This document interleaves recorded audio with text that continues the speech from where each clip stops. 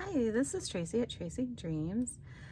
Today I am going to work on making some little charms out of bingo markers. So this is one that I have made. Um, so I will show you how I'm doing that. So the first thing that I do is I have a punch that's about the size of these here. So I had these kind of wood grain looking ones, and I'll show you what I do with those here in a minute. But I'm going to start with these. They're just a kind of thin but pretty sturdy cardboard here. So these I think I'm just gonna do. I'm not going to glue two of them together. I'm just going to leave it like that. And then I'm going to punch from some different papers that I have here. So I pulled some of this patterned like scrapbooking type paper, some scraps from an atlas, some more scrapbooking paper, some printed cardstock, and these pieces from it was like a spelling dictionary. Yeah, it's this book here. So I pulled some of that as well because I haven't tried book pages yet on these, and I think that would look kind of cool. So maybe we will start with that. So I did get a punch here that's supposed to be the same size as this. I did not have the right kind of punch before, so what I did is I went on my Cricut and I just put some paper through that. But what I like about having the punch in hand is that I can kind of determine where I want my circle to be. So one thing I'm going to have to do is I'm going to have to tear part of this blank space off here so that the punch can reach in. There we go. Let's see if we can find some good words here. How about envelope? Okay. I'm just gonna take that part off. And then on the other side, we'll do this side again. Do this one. Okay. So then I grab my glue.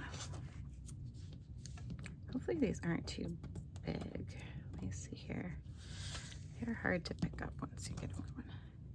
Nope, actually they're gonna be the perfect size. Okay, good. So I'm just gonna glue them down. I made the big mistake of not putting my pin back in my glue. Oops. And I am so mad at myself because it keeps getting clogged up now. There we go. If you can see that there. And I should have some paper under here so I don't get my mat all gluey. So yeah, I'm gonna put one of these on here.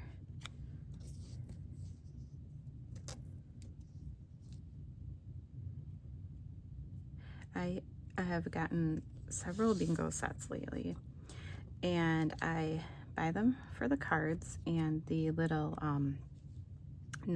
wooden number things in there, and then I was left with all of these markers. So, you know, I could throw them away, or I could donate them to the back to the thrift store or whatever, but I don't think anyone would buy them. So I was like, well, what is a way that I can use all of these so they aren't going to waste? Okay, so we have that one. Then I am going to take my vintage photo here and ink up the sides a little.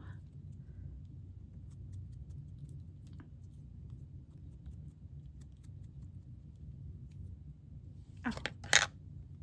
Okay, good. I'm gonna let that dry for a minute. We'll try another one here.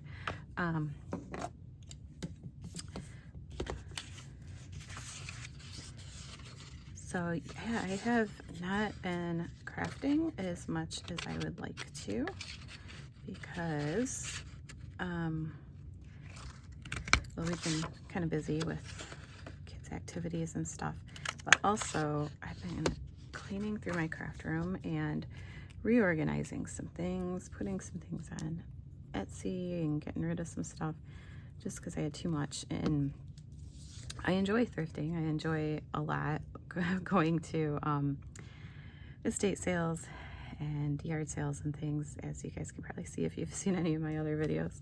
But I was getting to the point where I'm getting too many things, so I needed to cut back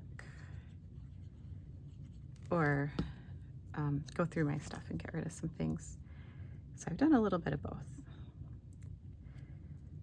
Okay, so this one I just took the 2 pieces from an atlas, and again we will ink that up a little bit.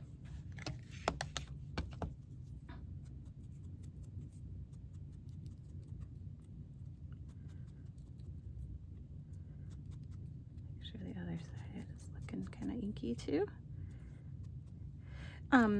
So you could take a little bit of Mod Podge and go over it to kind of protect it. I didn't do that with the other ones that I made, but yeah, you could definitely do that. Let's try one with a little bit of scrapbooking paper here, some color. So I have this double-sided piece here. I think I might go with this green here. I kind of like it. So let's put 2 of those.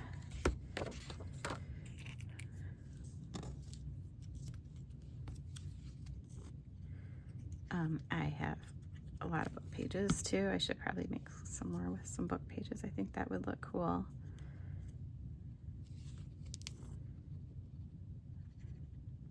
And I like how that atlas one turns out, so old maps and stuff could work out well too. So that looks cute. And part of the reason that I am inking it is because, as you can see, I don't know if you can see it very well, but that way the cardboard, it doesn't look like cardboard in the sides there. Looks a little aged. So I have those 3 done. So that's how I was doing these, the cardboard. Now the wood, or faux wood, we'll call it faux wood. These I do glue 2 together. They are fairly thick, but I don't want the cardboard side showing. So wipe some of that glue off there. I do a couple of those. So we finally got some summer weather here in Michigan. After a fairly cold spring where we were freezing at all the ball games, with coats and blankets on and all that, all through May, and part of June too. Now we have some nice 90-degree weather, have a little heat wave coming through. So it has been, and when we get heat waves, we get humidity usually with it too. So 93 degrees doesn't sound too hot to some people probably on this channel, but it's pretty hot here. We do get that kind of weather in the summer, but not all the time. Okay, so what I'm gonna do with these is I'm gonna stamp on them with some black ink.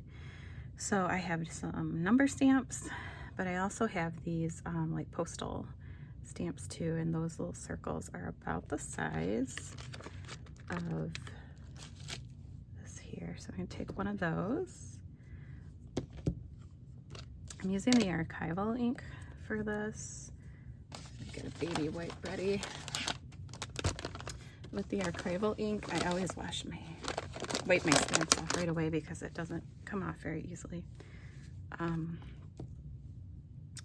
the reason I'm using the archival ink is because it won't smear when I go through and then ink the sides, which I guess I could have done that first, but we'll do this here. yeah, so it's a little off center, but that's okay. It's gonna be a dangle there, so let's do another one here. Try and get it more in the center. There we go. That's better. Okay, so wipe that stamp off. Try a different one. Let's do a number. Oh, okay. So I have to go with these numbers here, I think, because the others are going to be too big. So I'm wondering if I can do like a, let's see what's a good number. I like the way they have the 4. Let's put the 4 in there. Let me see if there's room to put the little number sign too. Let's see here. Nope, I don't think so. I think that's gonna be, well, it might work. But I wouldn't normally put it like that. So let's just try the number. See how that goes.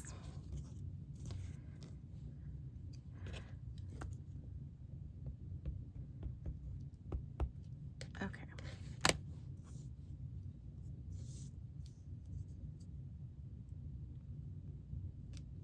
There we go. That's a number 4 on it. I'm not sure like how that came out. Let's try a different number. I think the 7. Okay. So we're gonna try the 7 and see if that comes out a little better. Okay.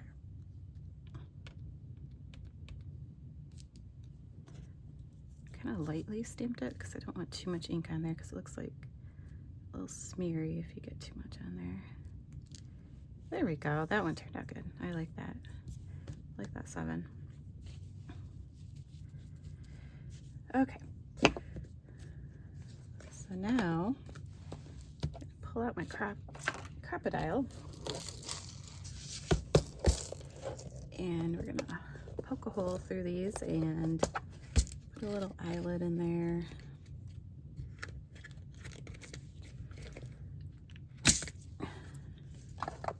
Getting the Crop-A-Dile in and out of the box is always a little bit of an ordeal. So I have these little mini eyelets. I need to get more of these because I am running low. So I have a few different colors here that we will try. I got some blue and some silver at the bottom. The middle one here are Mickey Mouse ones. They're bigger, so they're not going to work.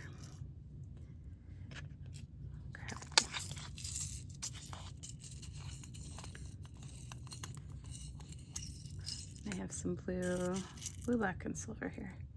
So we will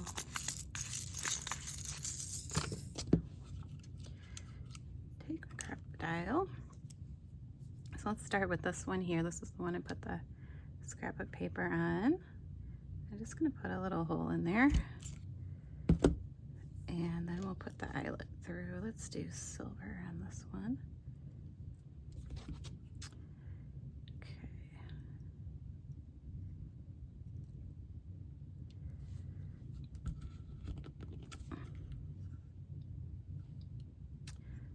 That one kind of stuck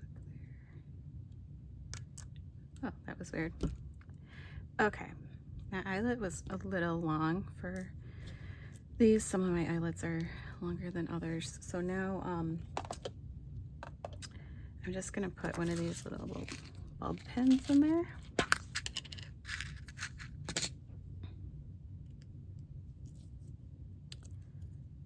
And there we go. We have a little dangle or charm for junk journal. You could put it on the side of a journal in with the tassel, or you could hang it from a little fabric flip or something like that from the journals. So that's cool. Let's do one of the numbers here, and then I can show you some of the others that I've made. Oh no, oh, there it is. Okay, it's a 4. I thought that was the 7 and I smeared it. It's not. Okay, so then we're gonna use one of these little shorter ones here.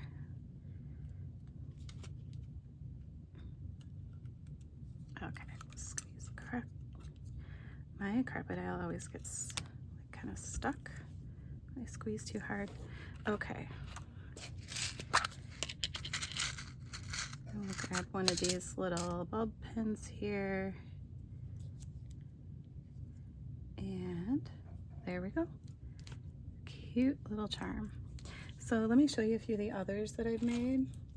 So I made this one here with the big 8 on it. And I made these here. Oops.